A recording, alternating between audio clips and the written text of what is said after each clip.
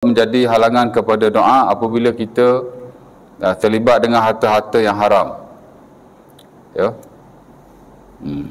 Itu pun satu perkara yang penting juga. Sementara dalam dunia hari ini, yang kadang-kadang harta haram ni boleh jadi direct, boleh jadi indirect.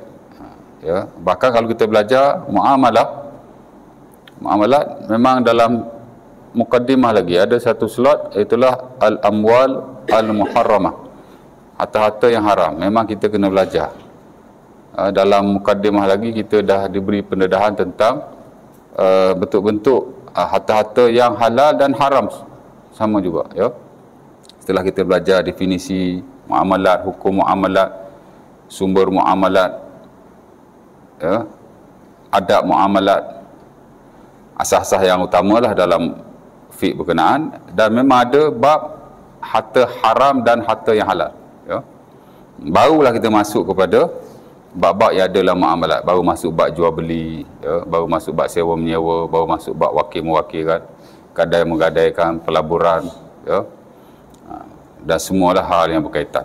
Tapi sebut benda tu dulu, ya. Cuma dalam fiqh muamalat kita tidak fokuslah kepada dosa dan pahala, sebab fiqh ni dia bukan nak fokus dosa pahala, dia nak fokus kepada ahkamus syar'i, Islamic jurisprudence, mana yang boleh, mana yang tidak boleh, mana yang halal, mana yang haram, ya.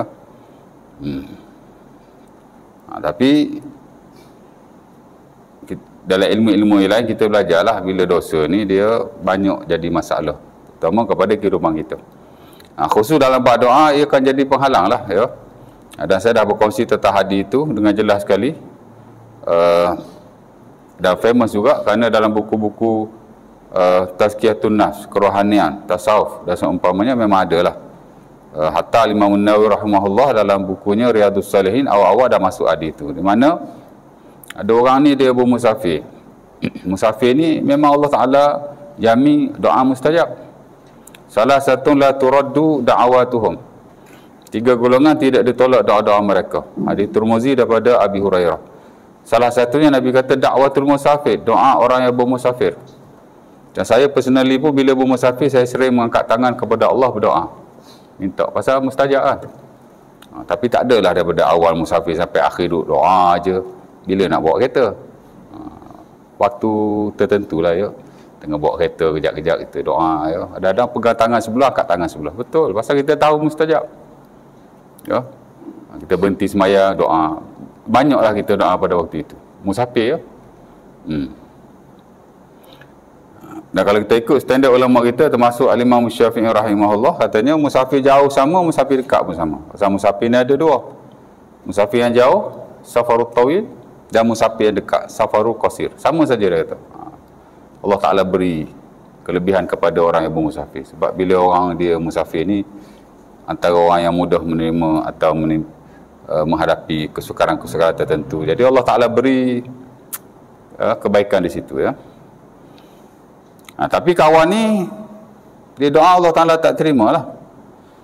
Dan Nabi kata macam mana Allah Ta'ala nak terima? Mat'amuhu haram, malbasuhu haram, ghuzi bil haram, fa anna yustajabu lahu. Makanan dia haram, minuman dia haram, dan dia makan daripada hasil yang haram. Maka macam mana Allah Ta'ala nak memustajabkan? Ya, jadi amat penting. Di mana kalau kita terlibat, dia takut-takut tak mustajab lah. Ya, hatta saya personally pun, hak saya takut, hak tu lah. Ya, maksiat-maksiat lain takut juga. Tapi hak ni pasal harta kan. Terlibat dengan pelaburan kontemporer, pelaburan semasa pun banyak yang riba. Hatta tuan-tuan konvensional, baik simpanan, baik, ya, apa-apa lah kan. Memang banyak yang riba lah, ya. Saya ada 4-5 masjid saya ajar fiqh muamalat. Memang kita fokus kepada Islamik dan konvensional, ya. Dan itu arus ataupun aliran muamalat semasa. Pasal muamalat ni ada dua, satu klasik, satu kontemporer, muasir, ataupun yang sekarang lah. Dan ada juga masjid saya ajar fiqh riba. Dalam muamalat ni ada banyak bab kan. Ada satu masjid minta anak ajar bab riba saja, boleh. Memang anak ada buku pasal riba saja, ya, ajar pasal riba aja. Kerana musuh muamalat yang nombor 1 hari ini ialah riba. Hampir semua manusia terlibat dengannya. Tapi kalau kita belajar, kita tahu, kita cubalah untuk mengelakkan diri. Ya tak? Mungkin kita tak boleh nak ubah sistem yang ada. Tak boleh nak ubah negara. Oh, nak ubah negara main. Ya tak? Bahkan tak boleh nak ubah komuniti atau masyarakat yang ada. Kita ubahlah dengan diri kita. Start by our own self. Betul tak? Oh, nak ubah tu, nak ubah ni. Diri tak nak belajar, tak nak ubah, macam mana? You start dengan diri kamu sendirilah. Ya.